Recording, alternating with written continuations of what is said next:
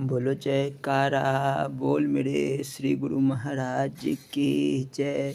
श्री नंगली निवासी भगवान की जय। श्री परमहंस दयाल जी महाराज की जय। श्री नंगल विहारन भगवान की जय। श्री परम गुरु भगवान की जय। जय सच्चिदानंद जी। श्री सच्चिदानंद प्रकाश अर्थात श्री अद्वैतानंद साहित्य प्रथम पुष्प जीवन चरित। इस पाठ को प्रारंभ करने के पूर्व यह दास श्री परमहंस दयाल जी महाराज के चरण कमलों में दंडवत प्रणाम करता है। बोलो जयकारा बोल मेरे श्री गुरु महाराज की जय।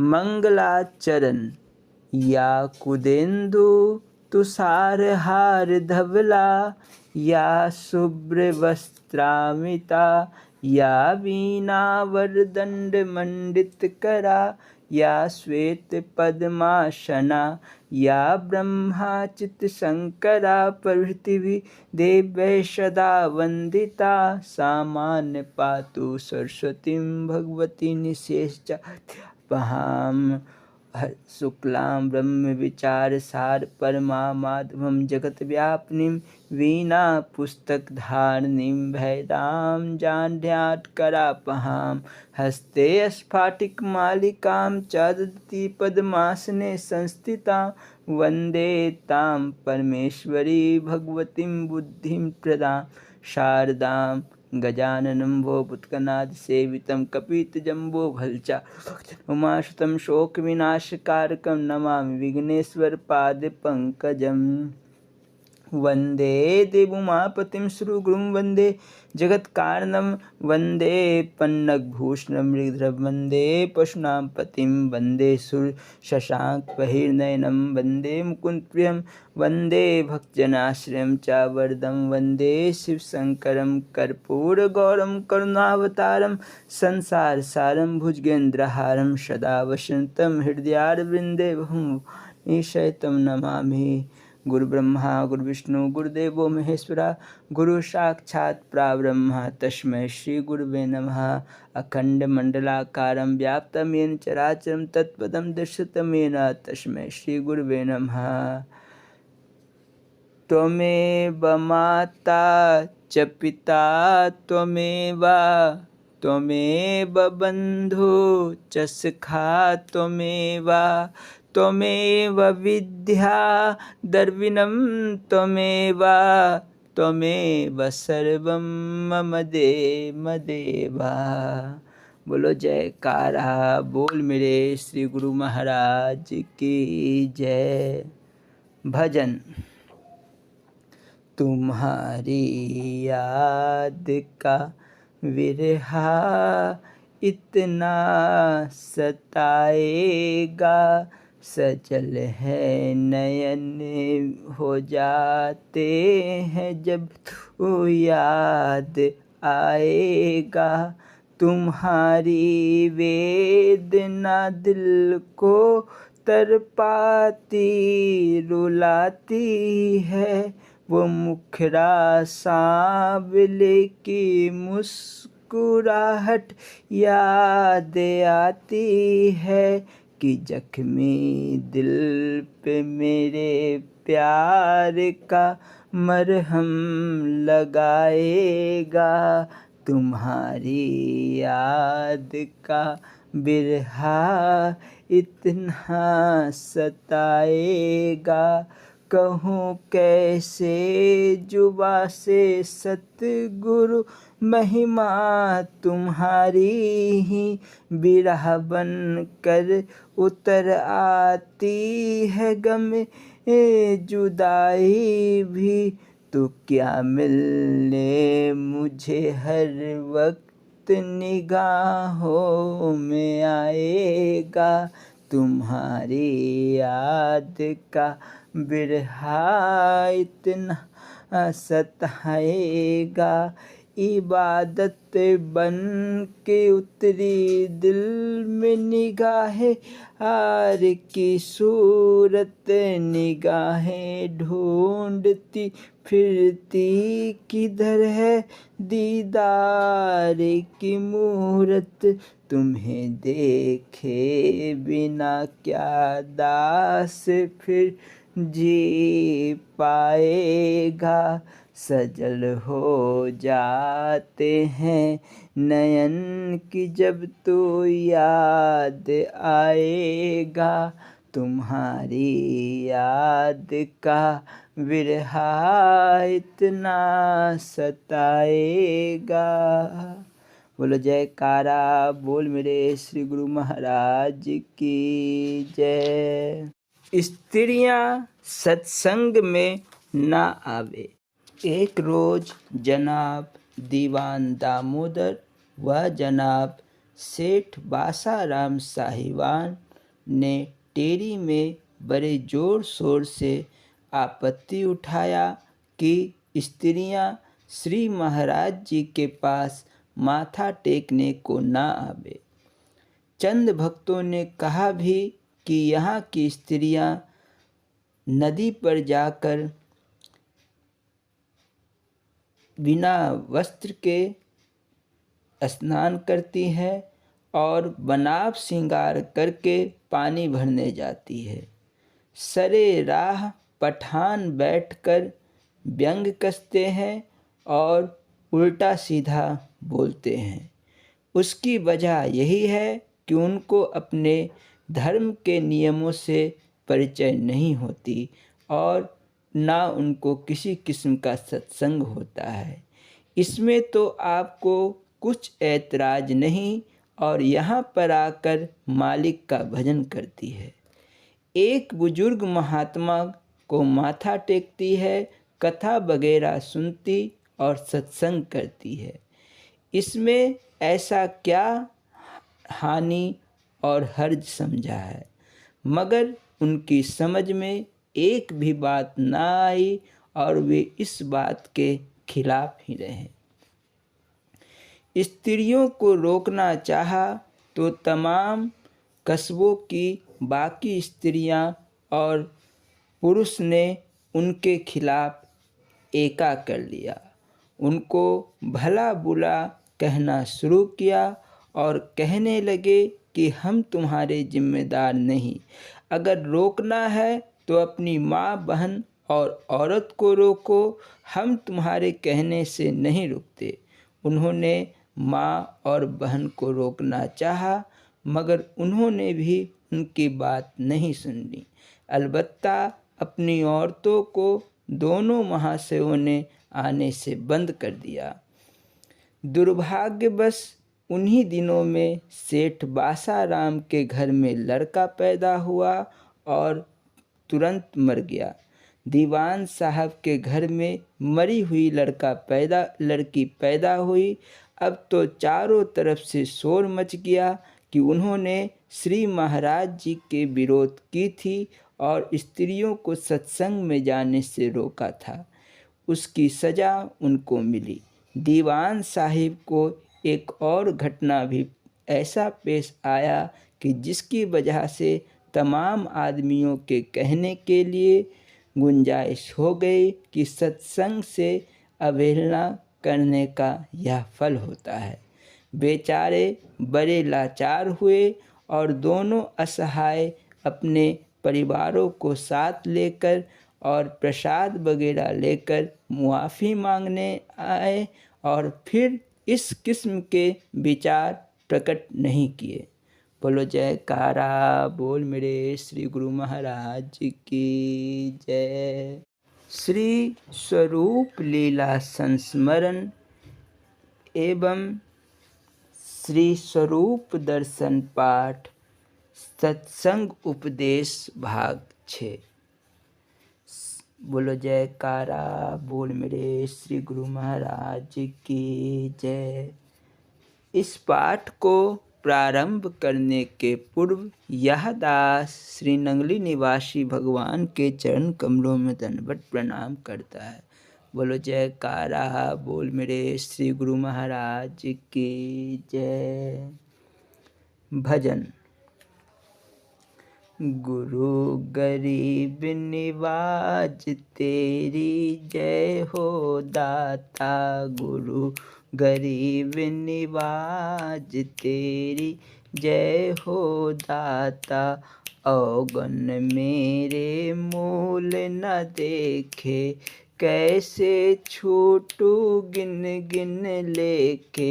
बिगड़ रहा था काज तेरी जय हो दाता, गुरु गरीब निवाज तेरी जय हो दाता। तेरा प्यार आधार न जाना, जो कुछ किया किया मन माना। मूल न आई लाज तेरी जय हो दाता, गुरु गरीब निवाज तेरी जय हो दाता। क्या मुख ले तेरे सम्मुख आओ, अपने दोष देख शर्माओ। ऐ मेरे सिर ताज तेरी जय हो दाता, गुरु गरीब निवाज तेरी जय हो दाता। तुझको छोड़ अनेक मनाए, दर दर ते जा धक्के खाए। कोई न सुने आवाज तेरी जय हो दाता, गुरु गरीब निवाज तेरी जय हो दाता। ना कोई ठौर ठिकाना मेरा, दासन दास चरण का चेरा। हृदय आन बिराज तेरी जय हो दाता, गुरु गरीब निवाज तेरी जय हो दाता। बोलो जयकारा बोल मेरे श्री गुरु महाराज की जय। श्री स्वरूप लीला संस्मरण। श्री श्री गुरु महाराज जी, पुण्य भूमि श्री आनंदपुर, साभार श्री अद्वैत स्वरूप विवेक दयाल प्रकाश। ईसागढ़ से लगभग 3 मील दूर एक निर्जन स्थान था, जहाँ पानी की एक बूंद भी न मिलती थी। श्री गुरु महाराज जी की ओर से उस जंगल को खरीदने की आज्ञा हुई। अगस्त 1930 में यह स्थान खरीद लिया गया और इसे श्री आनंदपुर के नाम से स्थापित करने की भी आज्ञा हुई।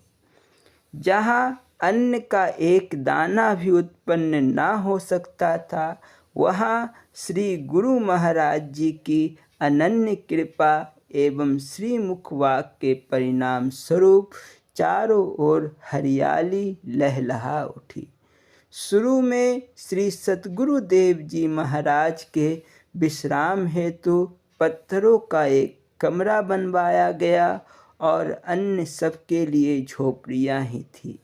किंतु जब सन 1933 में श्री गुरु महाराज जी इस धरती पर पुनः पधारे तो फरमाया कि यहाँ ढाक के पेड़ों की जगह आम के पेड़ लगे होंगे, बाग बगीचे होंगे। आज यह स्थान उजाड़ लगता है, पर आने वाले दिनों में देखना कितनी रौनक वाला होगा। भविष्य दृष्टा परम पुरुष श्री गुरुदेव के श्री मुख से निकले यह शब्द असत्य कैसे हो सकते थे? आपका वरदान निष्फल कैसे होता? आप तो त्रिकालदर्शी थे। किस जगह कब क्या हुआ, क्या हो रहा है और क्या होने वाला है, आप सब कुछ जानते थे। आज श्री आनंदपुर की भव्यता को देखकर कौन व्यक्ति ऐसा होगा जो आपकी जय जयकार न कर उठे। बोलो जयकारा बोल मेरे श्री गुरु महाराज की जय। श्री स्वरूप दर्शन पाठ सत्संग उपदेश भाग 6। बोलो जयकारा बोल मेरे श्री गुरु महाराज की जय।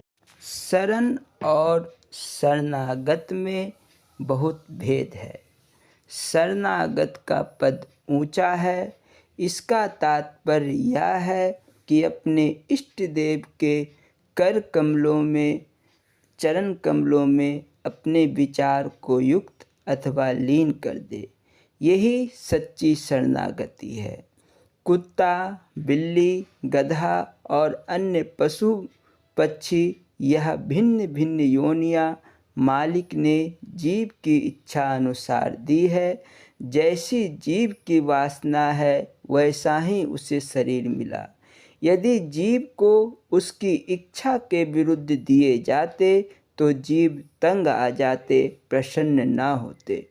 प्रत्येक जीव अपने स्थान पर खुश है। उन्हें यह पता नहीं कि हमें यह योनि मिली है, बल्कि मनुष्य तक को भी यह पता नहीं कि मैं यह योनि भोग रहा हूँ। सभी कहते हैं हम पहले भी ऐसे ही थे। भाव यह है कि मृत्यु समय जैसा जीव का संकल्प हो उसी के अनुसार उसे दूसरा शरीर मिलता है। अंतमता सो गता वाली बात है। मृत्यु समय जीव को दीपक दिखाने की प्रथा है। यदि दीपक दिखाने से मुक्ति अथवा गति हो जाती तो मरने वाले के बाद दान, पुण्य, श्राद्ध इत्यादि शुभ कर्म करने की क्या आवश्यकता थी, क्योंकि जिस जीव की गति हो जाए उसे इनमें से किसी वस्तु की आवश्यकता नहीं रहती। गति का अर्थ यह है कि भगवान की दिव्य ज्योति में समा जाए। इससे सिद्ध हुआ कि या तो दीपक दिखाने से सद्गति नहीं मिलती अथवा वह दीपक ही दूसरा है जिसके प्रकाश को देखने से सद्गति प्राप्त होती है। वास्तविक भेद यह है कि मनुष्य सहज समाधि द्वारा अंदर का दीपक प्रज्वलित करके उसमें सब वासनाओं और तृष्णाओं का शमन कर दे। ऐसा करने से इसी शरीर से मुक्ति मिलती।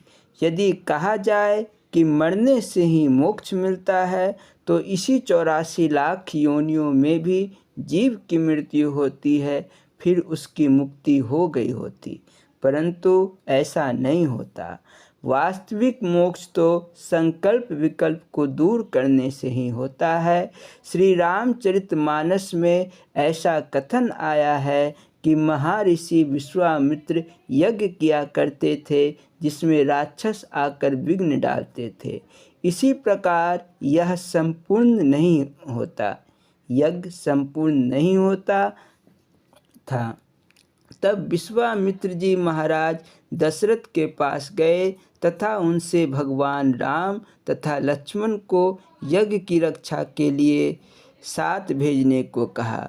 इस कथा का आध्यात्मिक महत्व यह है कि विश्वामित्र जी धन इत्यादि से साधारण यज्ञ नहीं बल्कि योग यज्ञ करते थे, जिसमें विषय वासना रूपी राक्षस विघ्न डालते थे, अर्थात उन्हें योग युक्त होकर परम पद प्राप्त नहीं करने देते थे। तब विश्वामित्र जी ने भगवान राम रूपी इष्ट देव को अपने साथ लिया। इससे वह यज्ञ संपूर्ण हुआ। इस श्रीमुख वाक्य का संकेत इष्ट देव के ध्यान के प्रति है। प्राचीन काल में यह प्रथा थी। वर्ण आश्रम धर्म के अनुसार राजे महाराजे गृहस्थ आश्रम को पूरा करके वानप्रस्थी हो जाते थे। इसी प्रकार वे अपने धन संपत्ति अपने पुत्रों को देकर तपस्या करने के लिए चले जाते थे। उनके मन में वन में जाकर भी यही चिंता रहती थी कि राज्य का शासन प्रबंध ठीक प्रकार से चले, कोई शत्रु हमारे राज्य पर आक्रमण ना कर दे और बड़े परिश्रम से एकत्र की हुई हमारी धन संपत्ति तथा सुख वैभव का विनाश ना हो जाए। उन राजाओं की तपस्या के पश्चात राज्य ही मिलता था, मोक्ष नहीं। इसी प्रकार मुक्ति मिल भी ही सकती, क्योंकि वे कोई भी वस्तु गुरु अर्पण नहीं कर सकते जब तक था मोक्ष नहीं। इस प्रकार मुक्ति मिल भी नहीं सकती, क्योंकि वे कोई भी वस्तु गुरु अर्पण नहीं करते थे। जब तक अपनत्व आपा भाव नहीं मिटता और ममत्व रहता है, तब तक मोक्ष की प्राप्ति कदापि नहीं होती। अपने पुत्रों को धन संपत्ति देने से अपनत्व तो नहीं मिटता और यह आपा भाव ही दूसरे जन्म का कारण बन जाता है। संसार में प्रत्येक जीव आहार पृथक पृथक है। कई जीव मांसाहारी होते हैं। मांस तो कौवे अर्थात पशु पक्षियों का आहार है। मनुष्य का वास्तविक आहार तो धर्म परायणता है। जो मनुष्य श्वास रूपी मोती चुगते हैं अर्थात अजपा कमाते हैं, वे बहुत थोड़े हैं। शेष सभी मनुष्यों का तन तो मनुष्यों जैसा है, पर करतूत व्यवहार और आहार पशुओं जैसा। करतूत पशु की मानस जात, लोक पचारा करे दिन रात। शेष अगले भाग में। बोलो जयकारा बोल मेरे श्री गुरु महाराज की जय। स्वामी हीरानंद पुरी जी महाराज जी की लीला संस्मरण एवं अमृत प्रवचन ईश्वर स्वरूप दर्शन हीरा प्रकाश ग्रंथ से शांति पाठ का दूसरा भाग। बोलो जयकारा बोल मेरे श्री गुरु महाराज की जय। इस पाठ को प्रारंभ करने के पूर्व यह दास स्वामी हीरानंद पुरी जी महाराज जी के चरण कमलों में दंडवत प्रणाम करता है। बोलो जयकारा बोल मेरे श्री गुरु महाराज की जय। भजन। बेहिसाब तेरा स्वभाव है, मुस्कुराना तो लाजवाब है। तू कमाल है बेमिसाल है, जज्बात दिल के ये कह रहे। तुझे प्यार करो बेशुमार करो, दिल की धड़कनें भी कह रही।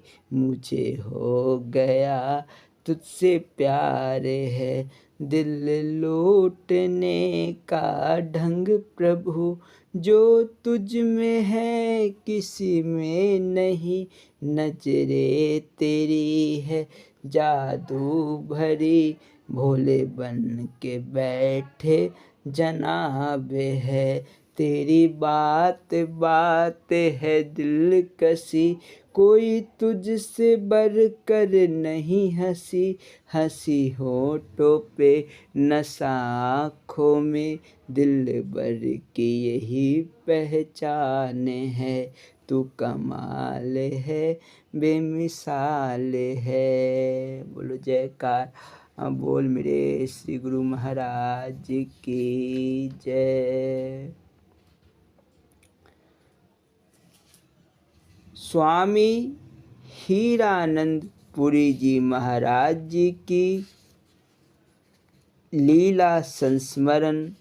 बोलो जयकारा बोल मेरे श्री गुरु महाराज की जय। श्यामलाल सहगल पंचकुला निवासी एक घटना का वर्णन करते हैं। बोलो जयकारा बोल मेरे श्री गुरु महाराज की जय। यमुना गाय की आराधना। नंगल महाराज जी गायों के बड़े प्रेमी थे। नंगल विहालन आश्रम में कई गायें थी और उन्होंने अपनी ओर से उन सब का नामकरण कर दिया था। प्रतिदिन वे किसी न किसी समय अपनी गायों के पास पहुँचते, उन्हें उनके नाम से पुकारते, पुचकारते, नहलाते और अपना प्यार देते। गायें भी अपने स्वामी के इस प्यार के लिए जैसे प्रतीक्षा करती होती। इन्हीं गायों में थी एक यमुना, बड़ी ही दुलारी और ना जाने कितने वर्षों से अपने इष्ट देव गुरु महाराज का प्यार पाने वाली। यमुना इसी आश्रम में पैदा हुई थी। एक बार बछड़ा देने का समय सन्निकट आ गया। बच्चा देने के लिए कुछ दिन पहले से ही यमुना को तकलीफ होने लगी। महाराज जी ने उसे इस अवस्था में देखकर कहा, यह बच्चा तो इसकी जान की आफत बनकर आ रहा है, उसे इससे अपना बदला चुकाना है। आसपास के गांव में भक्तों के निमंत्रण पर महाराज जी आया जाया करते थे। एक दिन यमुना की रुग्ण शारीरिक स्थिति के क्रम में ही हट्टिया गांव के भक्त महाराज जी को अपने गांव ले जाने के लिए पहुँचे। महाराज जी ने बहुत कहा कि आज मेरी यमुना को बड़ी तकलीफ़ है, मुझे मत ले जाओ, किंतु वे माने नहीं। महाराज जी की अनिच्छा रहते हुए भी जाना पड़ा।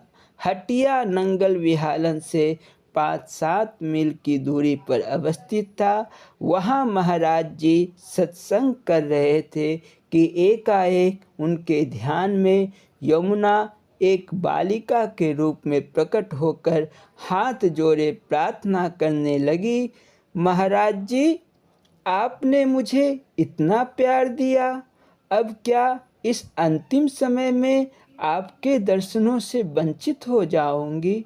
महाराज जी ने अकस्मात बीच में ही अपना सत्संग बंद कर दिया और तुरंत नंगे पांव पैदल ही आश्रम की ओर चल पड़े।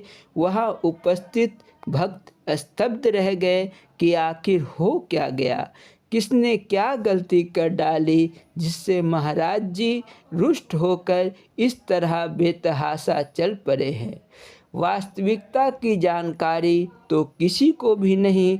सब लोग अपने अपने ढंग से इस पर चर्चा किए जा रहे थे और उनमें से कितने महाराज जी के पीछे लग गए। किसी को कुछ पूछने की हिम्मत नहीं हुई।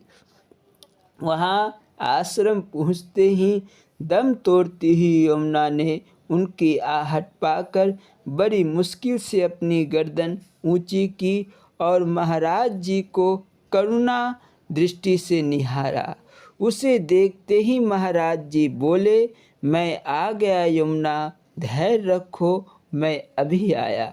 इसके बाद महाराज जी अपने प्रकोष्ठ में गए और तैयार होकर पुनः यमुना के पास आकर बैठ गए। उसकी गर्दन को अपने वत्सल जंघे पर रखा और बोले, कोई बात नहीं बेटा, सेवा का फिर अवसर मिलेगा, अब तुम्हें जाने की छुट्टी है। यमुना कुछ क्षणों तक उसी प्रकार महाराज जी के चरणों पर सिर टेके पड़ी रही और उन्हें अपलक निहारती रही। कुछ देर में ही उसने इसी अवस्था में अपना देह त्याग कर लिया। बोलो जयकारा, बोल मेरे श्री गुरु महाराज जी की जय। स्वामी हीरानंदपुरी जी महाराज जी की अमृत प्रवचन ईश्वर स्वरूप दर्शन हीरा प्रकाश ग्रंथ शांति पाठ का दूसरा भाग। बोलो जयकारा, बोल मेरे श्री गुरु महाराज जी की जय। इस पाठ को प्रारंभ करने के पूर्व यह दास स्वामी हीरानंदपुरी जी महाराज जी के चरण कमलों में दंडवत प्रणाम करता है। बोलो जयकारा, बोल मेरे श्री गुरु महाराज की जय। बोलना जी, हरि ओम हरि ओम हरि ओम। अग्नि यर्थ को भुवनम प्रविशो रूपम रूपम प्रतिरूपो बभूवा। एकस्तथा सर्वभूतांतरात्मा रूपम रूपम प्रतिरूपो बाहिष्य। वायुर्यर्थ को भुवनम प्रविष्टो रूपम रूपम प्रतिरूपो बभूवा। एक अस्तथा सर्वभूतांतरात्मा रूपम रूपम प्रतिरूपो बहिष्य। अर्थात जैसे एक ही अग्नि तत्व सारे भुवन में प्रविष्ट होकर रूप हो रहा है, इसी प्रकार एक आत्मा जो सर्वभूत प्राणियों के भीतर है रूप रूप में प्रतिरूप हो रहा है। जैसे एक ही वायु तत्व सारे भुवन में प्रविष्ट होकर रूप रूप में प्रतिरूप हो रहा है, इसी प्रकार एक आत्मा जो सब भूतों के भीतर है रूप रूप में प्रतिरूप हो रहा है और बाहर भी है। यह उपनिषद का उपदेश है। व्यष्टि चित्तों के संबंध से चेतन तत्व का नाम जीवात्मा है, जो संख्या में अनंत और अल्पज्ञ है। समिष्ट चित्त के संबंध से चेतन महातत्व का नाम ईश्वर, अपर ब्रह्म, सगुण ब्रह्म और सबल ब्रह्म है, जो सर्वव्यापक, सर्वशक्तिमान और सर्वज्ञ है। और वह अपने ही केवल शेष शुद्ध स्वरूप से परमात्मा का नाम निर्गुण ब्रह्म, पर ब्रह्म और शुद्ध ब्रह्म है।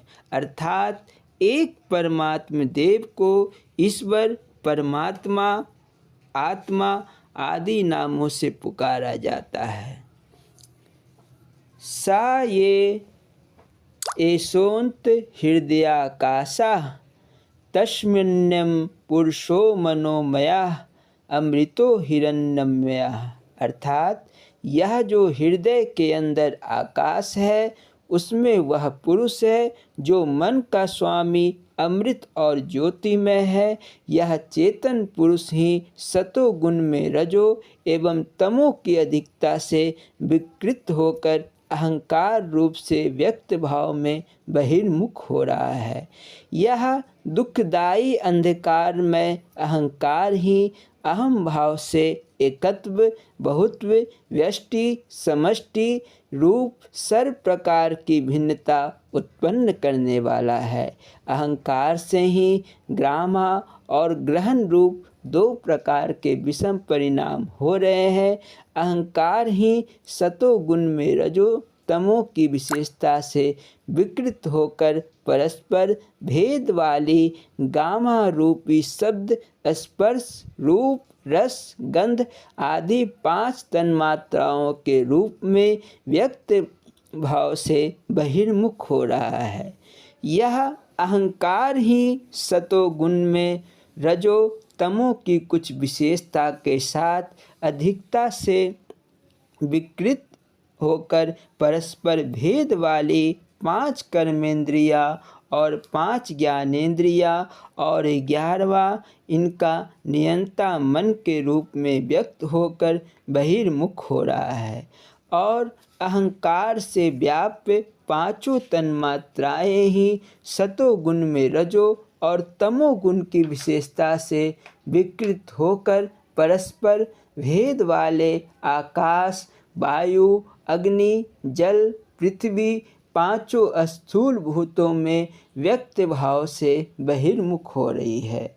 इस प्रकार बहिर्मुख होकर जीवात्मा उपनिषदों में वर्णन किए 5 कोशों से आच्छादित हो गया है और अपने को परिच्छिन्न सुख वाला समझकर कोशों के ही अनुरूप होकर गमन करने लगा।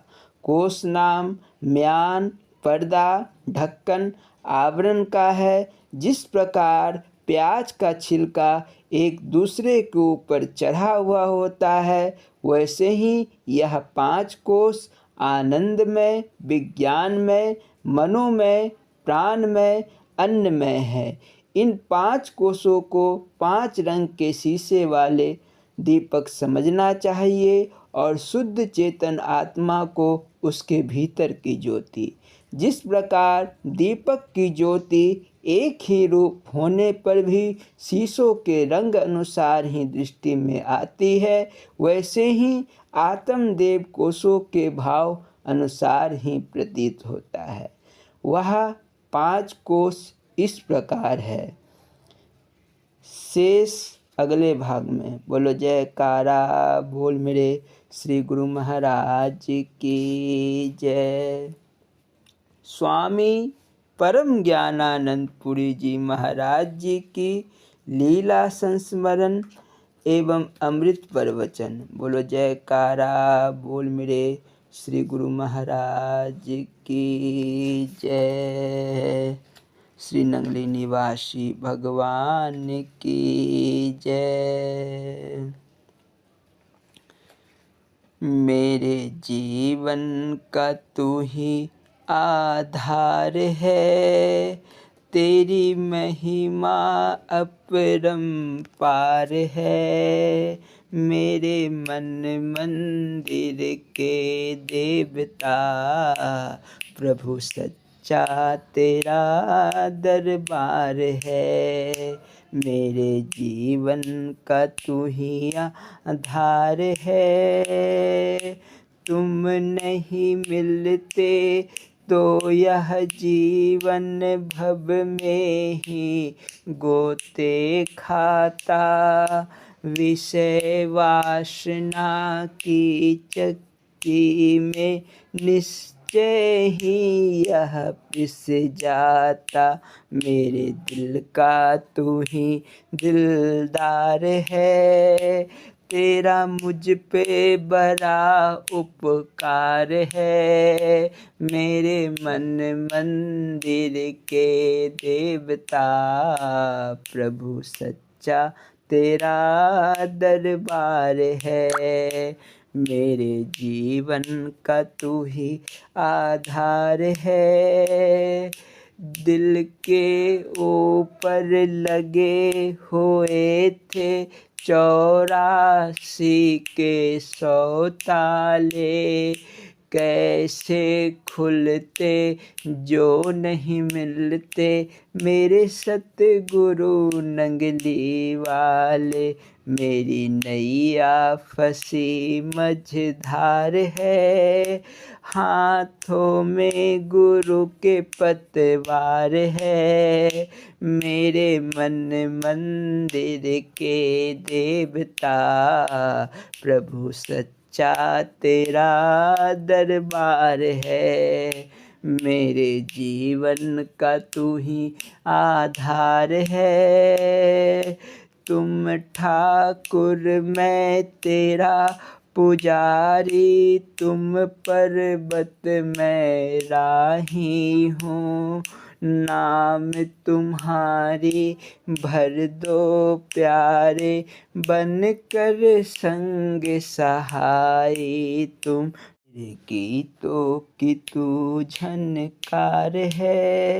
सच कह दो तो श्याम मुरार है।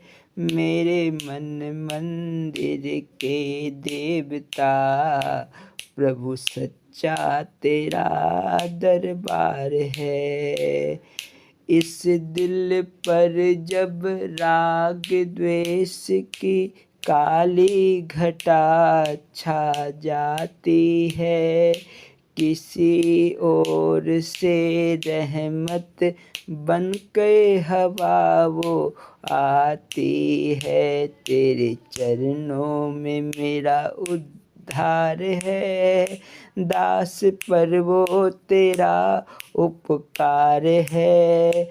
मेरे मन मंदिर के देवता, प्रभु सच्चा तेरा दरबार है। मेरे जीवन का तू ही आधार है। बोलो जयकारा बोल मेरे श्री गुरु महाराज की जय। स्वामी परम ज्ञानानंद पुरी जी महाराज जी के लीला संस्मरण एवं अमृत प्रवचन। बोलो जयकारा बोल मेरे श्री गुरु महाराज की जय। सोना और मिट्टी। स्वामी परम ज्ञानानंद पुरी जी महाराज ने एक बार फरमाया, एक बार चौकोरी में बहुत से महात्मा महाराज जी के निकट उपस्थित थे। उन्होंने पूछ दिया कि सोना बड़ा है या मिट्टी। स्वामी बेअंतानंद और दूसरे महात्माओं ने कहा कि सोना बड़ा है। मुझसे पूछा गया तो मैंने कहा कि मिट्टी बड़ी है। बेअंतानंद ने महाराज जी से कहा कि मिट्टी कैसे बड़ी हो सकती है? धन ना रहे तो क्या आदमी मिट्टी ही खाएगा? तब महाराज जी ने मुझे अपनी बात का खुलासा करने को कहा। मैंने कहा, सरकार, दुनिया का कुल अन्न धन मिट्टी से ही तो पैदा होता है, इसलिए मिट्टी सबसे बड़ी है। फिर गुरु महाराज जी ने दोनों की बातों को समेटते हुए कहा, बेअंतानंद कोठारी है अथा उसे पग पग पर धन की जरूरत पड़ती है। हमारा परम अद्भुत है, त्यागी है। इसने भी अपनी भावना से सच ही कहा है। व्यवहारिक दृष्टि से सोना बड़ा है तथा आध्यात्मिक दृष्टि से मिट्टी। यह मिट्टी तो पंच तत्वों में एक है, जिससे यह संपूर्ण सृष्टि बनी है, अतः तात्विक दृष्टि से इसका कहना भी ठीक ही है। बोलो जयकारा बोल मेरे श्री गुरु महाराज की जय। स्वामी परम ज्ञानानंद पुरी जी महाराज जी के अमृत प्रवचन। रांची में दिनांक 4/3/1978 को दिए गए प्रवचन। इस पाठ को प्रारंभ करने के पूर्व यह दास स्वामी परम ज्ञानानंद पुरी जी महाराज जी के चरण कमलों में दंडवत प्रणाम करता है। बोलो जयकारा बोल मेरे श्री गुरु महाराज की जय। आत्म कल्याण की जिज्ञासा को लेकर आए हुए प्रेमियों, बोलना हरिओम हरिओम हरिओम। प्रेमियों, सत्संग की बातें आस्तिक लोग के लिए ही होती है। जिनकी बुद्धि में आस्तिकता है वे ही शास्त्र और सत्पुरुषों की बातें समझ सकते हैं। नास्तिकों के लिए ना शास्त्र है ना सत्संग। आज का माहौल नास्तिकता से दूषित हो गया है। इससे और तरह तरह की मजहबी बातों से हमारा दिमाग चक्कर में पड़ जाता है। हमें पहले इस बात का दृढ़ निश्चय करना है कि ईश्वर है। हो सकता है कि हम सनातनी लोग जिसे ईश्वर कहते हैं, मुसलमान उसे ईश्वर नहीं माने, बौद्ध और ईसाई उसे नहीं माने, मगर जो सत्य है उसे तो सब मानेंगे। तुम ही सोचो, पहले पहल जहाँ तुम्हारा जन्म हुआ, क्या तुम्हारी इच्छा से हुआ? जन्म लेने में तुम पराधीन थे। वह तुम्हारे संस्कारों के मुताबिक ईश्वरीय प्रेरणा से ही हुआ। तुम्हारे संस्कार हिंदुओं के से थे, अतः तुम हिंदू घर में पैदा हुए। अपने संस्कार के मुताबिक तुम मुसलमानों, अंग्रेज, बौद्ध आदि के घर भी पैदा हो सकते थे। हिंदू परिवार में जन्म लेना यह प्रमाणित करता है कि तुम्हारे संस्कार हिंदुत्व से प्रभावित है। अतः यदि तुम हिंदू धर्म के महापुरुषों के द्वारा बनाए गए नियमों को अपना कर चलो तो तुम्हें जल्दी कामयाबी मिल जाएगी। दूसरे मजहबों को अपनाने से दिक्कत होगी। उनके संस्कार तो अभी तुम्हारे अंदर है नहीं। नए सिरे से उन संस्कारों के बनने में मुद्दत गुजर जाएगी और तुम रत्ती भर भी तरक्की नहीं कर पाओगे।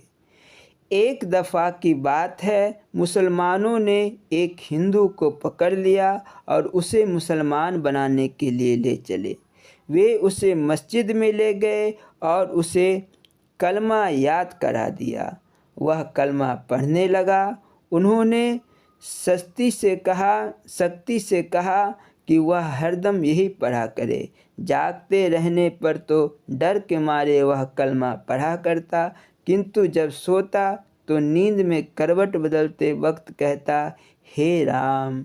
एक बार उसे ऐसा कहते मौलवी ने पकड़ लिया। कहा, तुमने फिर राम कहना शुरू किया, अल्लाह अल्लाह कहा करो। उसने उत्तर दिया, मौलवी साहब, 40 साल से यह राम मेरे अंदर घुसा पड़ा है। तुम्हारा अल्लाह तो आज सवेरे घुसा है। अब आज का अल्लाह 40 साल के राम को कैसे निकाले? 10-20 साल बीतने तो दो। तो यह है संस्कारों की बात। तुम्हारे संस्कार हिंदू के बने हैं। तुम यदि उसी रीति रिवाज के मुताबिक चलोगे तो अध्यात्म में तुम्हारी तरक्की जल्दी होगी। वह सत्य ईश्वर सारे मजहबों का एक ही है, 10-20 नहीं। सबको वहीं पहुंचना है। हाँ, मजहब वहाँ पहुँचाने के लिए भिन्न भिन्न रास्ते ज़रूर है। वह भिन्नता नीचे ही है, रास्ते में ही है। चोटी पर पहुँचने पर इसका कोई महत्व नहीं होता। इसीलिए तुम जिस रास्ते पर चल रहे हो उसी से चलकर अपनी मंजिल तय करो। हिंदू संस्कृति में अवतारवाद को मानते हैं। दूसरे मजहब वाले कहते हैं कि प्रभु का कभी अवतार नहीं होता। उस प्रभु को यहाँ आने की ज़रूरत ही नहीं पड़ती। हम भी यह मानते हैं कि भगवान निर्गुण निराकार है, अच्छेद है, अवैध और अकट्ट है, मगर उसे पाने के लिए कोई प्रक्रिया तो चाहिए ना। यदि हम उस प्रक्रिया के मुताबिक चले तो हम उसे अवश्य पा लेंगे। सगुण का आधार लेकर ही हम निर्गुण की सत्ता को पकड़ सकते हैं। भक्ति और उपासना तो सगुण स्वरूप की ही की जा सकती है। इससे हमारा अंतःकरण शुद्ध होता है, जो हमारे अंदर ज्ञान जगाता है। अभी तो हमारे पास केवल किताबी ज्ञान है। इस ज्ञान से हमारा काम नहीं चलने का। प्रारब्ध भोगने के लिए ही तुम्हें यह शरीर मिला है। तुम्हें जितना सुख दुख होना है वह तो होगा ही। तुम्हारे मांगने ना मांगने से इसमें कोई कमी बेशी नहीं होगी। व्यवहार में तुम देखते हो कि जब तक बच्चा अपनी माँ से कुछ नहीं मांगता तब तक माँ बच्चे के लिए कुछ भी छिपा कर नहीं रखती। बच्चे को कब क्या चाहिए वह जानती है और वह पूरा करती रहती है। लेकिन जब बच्चा मांग कर उसे तंग करने लगता है तब माँ भी बच्चे से सामान छिपाने लगती है। हम भी भगवान के बच्चे हैं। अगर हम उनके सामने इच्छाएं पेश करेंगे तो चीज़ें हमेशा छिपा ली जाएगी। अगर हम उससे कोई इच्छा नहीं करते, उससे सिर्फ उसी को मांगते हैं, तब हमारी सारी जिम्मेदारी उसके ऊपर आ जाती है। कहा है, खुदा के हाथ में दे दिया जिसने अमानत को, खुदा के हाथ उठ जाते हैं खुद उसकी हिफाजत को। एक फ़कीर को लोगों ने सिखा दिया कि मरते वक्त आदमी के पास शैतान आता है, वह उससे बहस करके कहलवा ही डालता है कि ईश्वर नहीं है, और जैसे ही आदमी ईश्वर को नकार देता है वह काफिर हो जाता है। तब उसे दोजख भेज दिया जाता है। वह फ़कीर सोचने लगा कि यह तो विकट समस्या है। यदि ऐसा कहना पड़ गया तो जीवन भर का कुल किया कराया बेकार हो जाएगा। वह अपने मन में सोचने लगा कि शैतान कैसा पूछने पर वह ऐसा जवाब देगा, वैसा जवाब देगा, अमुक का अमुक तरीके से जवाब देगा। इस प्रकार उसने जवाब सवाल का एक लिस्ट ही तैयार कर लिया। उसके मरने का वक्त आया और सचमुच शैतान आकर उससे सवाल पर सवाल करने लगा। उसने जो जो जवाब याद किए थे सब बताए और अंत में सभी जवाब एक एक करके ख़त्म भी हो गए। उधर शैतान के सवाल रुके ही नहीं। अब फ़कीर जब बड़ा घबराया कि कहीं ऐसा ना हो कि कहना पड़ जाए भगवान नहीं है। ऐसे समय में अपने पीर की याद की। वे उस समय वुजू कर रहे थे। उसने अर्ज किया, महाराज जी, मैं इसे कौन सा जवाब दूँ कि मेरा अस्तित्व कायम रह सके। पीर ने वुजू का लोटा ज़मीन पर पटक दिया और उसे तसव्वुर में बताया, तुम उससे कहो कि हम बिना बहस किए यह मानते हैं कि ईश्वर है। चाहे तुम लाख तर्क करो, हम यही मानते हैं कि भगवान है। इस तरह भक्तों को नास्तिकों के साथ बहस के जाल में नहीं पड़ना चाहिए। वे कितनी भी दलील पेश करें, उनकी दृढ़ता में फ़र्क नहीं आना चाहिए। सत्य की प्राप्ति के लिए ज़्यादा कुछ करना नहीं है। हमारे अंतःकरण का शीशा मैला हो गया है, उसे साफ भर कर देना है। भक्ति और उपासना के द्वारा वह साफ हो जाता है। तुम्हारे संस्कार स्थूल है और वे दुनिया की स्थूल चीज़ों के साथ संबंध रखते हैं। इन संस्कारों को काटना चाहते हो तो पहले तुम्हें स्थूल स्वरूप की ही उपासना करनी होगी। इसीलिए हमारे यहाँ मंदिरों में मूर्तियों की उपासना बताए गए।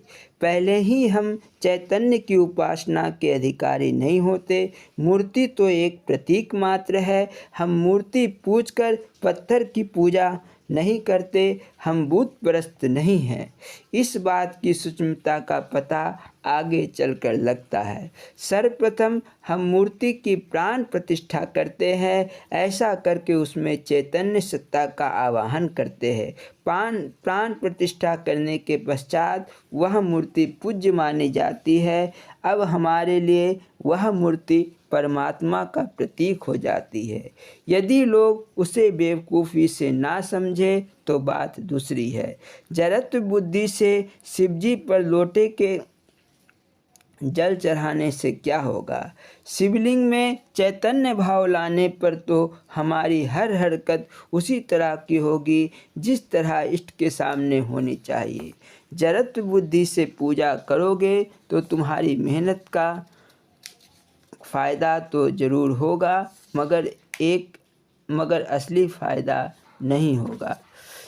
एक भगत 12 साल तक विष्णु की पूजा करता रहा, फिर भी भगवान प्रकट नहीं हुए। उसने गुस्से में आकर विष्णु जी को उठाकर जाले के बीच ताके पर रख दिया।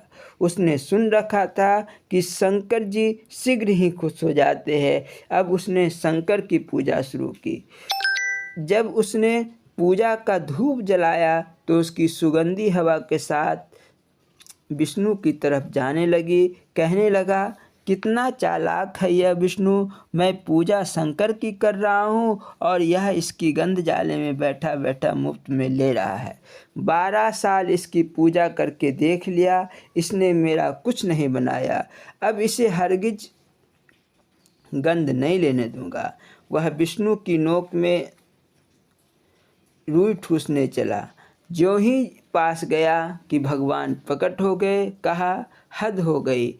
जब पूजा करता था तब तो प्रकट नहीं हुए और आज नाक में रुई ठूसने चला तो प्रकट हो गए। क्या बात हो गई। यह पूजा का कैसा ढंग हुआ। भगवान ने समझाया, पहले तो तू पूजा करता था मगर मुझे जड़ मानता था। आज मुझे चेतन का भाव आया। मेरी मूर्ति भी गंध लेती है। जब तक तू मुझे जड़ मूर्ति मानता रहा मैं भी जड़ बना रहा। आज तेरे चेतन भाव के उदित होते ही मैं खुद भी चेतन रूप में तेरे सामने प्रकट हो गया। तात्पर्य यह है कि मूर्ति को जड़ नहीं बल्कि चेतन मानकर ही पूजा करना चाहिए। हम मूर्ति को जड़ नहीं मानते, पत्थर नहीं मानते, बल्कि इसमें साक्षात प्रभु के चैतन्य स्वरूप का आवाहन करते हैं। जिनकी बुद्धि उस सत्य को इस तरह नहीं समझती, उनके लिए तो पत्थर ही है। अब अगर तुम्हारी बुद्धि में पत्थर का भाव है तो फल भी तुम्हें पत्थर का ही मिलेगा। जिसकी रही भावना जैसी, प्रभु मूरत देखी तिन तैसी। अभी तो तुम केवल इस भावना को दृढ़ करो कि ईश्वर कैसा है,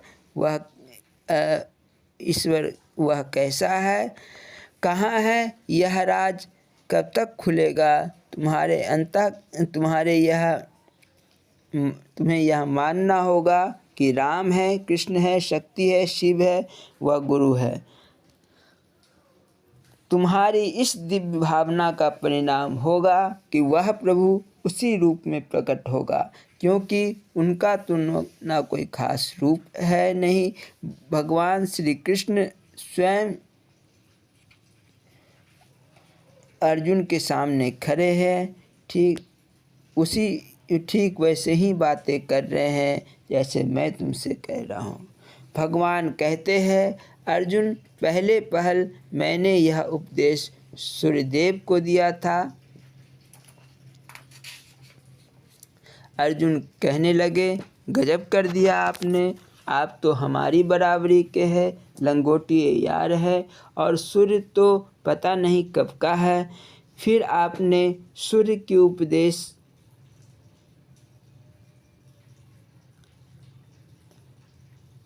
को उपदेश कब और कैसे दिया। बोले अर्जुन, मेरे तुम्हारे असंख्य जन्म हो चुके हैं, तुम उन्हें नहीं जानते, मैं जानता हूँ। अर्जुन ने पूछा, भगवान, इससे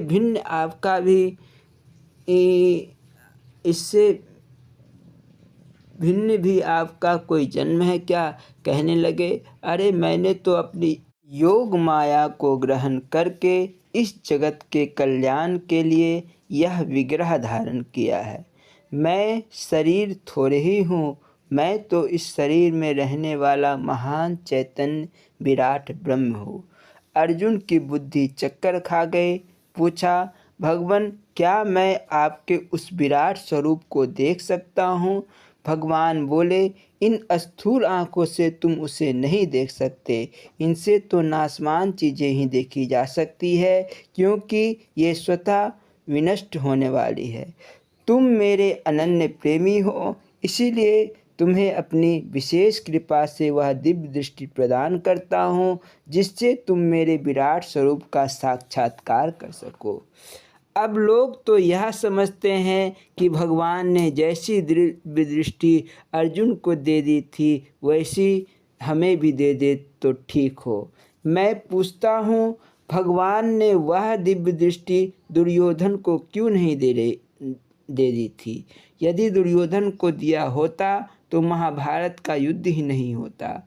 यदि वह विराट स्वरूप देख लेता तो पहले ही उसकी हृदय गति रुक जाती।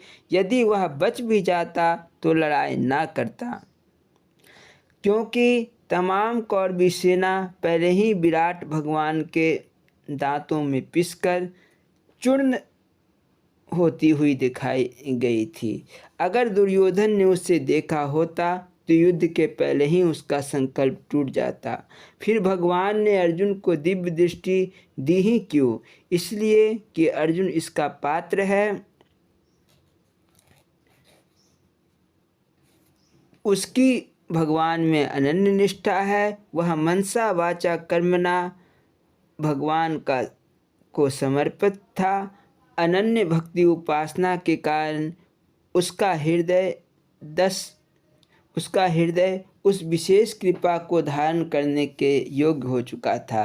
तुम खुद करना तो कुछ नहीं चाहते, मगर कृपा वैसे ही चाहते हो जैसे अर्जुन को मिली थी। तुम तो अपनी निष्ठा दृढ़ किए चलो। आहिस्ते आहिस्ते तुम अर्जुन जैसी कृपा पाने के अधिकारी हो जाओगे। जय गुरु आशीर्वाद। बोलो जयकारा बोल मेरे श्री गुरु महाराज की जय। श्री नंगलवासी भगवान की जय। श्री परमहंस दयाल महाराज की जय। श्री नंगल विहार भगवान की जय। श्री परम गुरु भगवान की जय। जय सच्चिदानंद जी।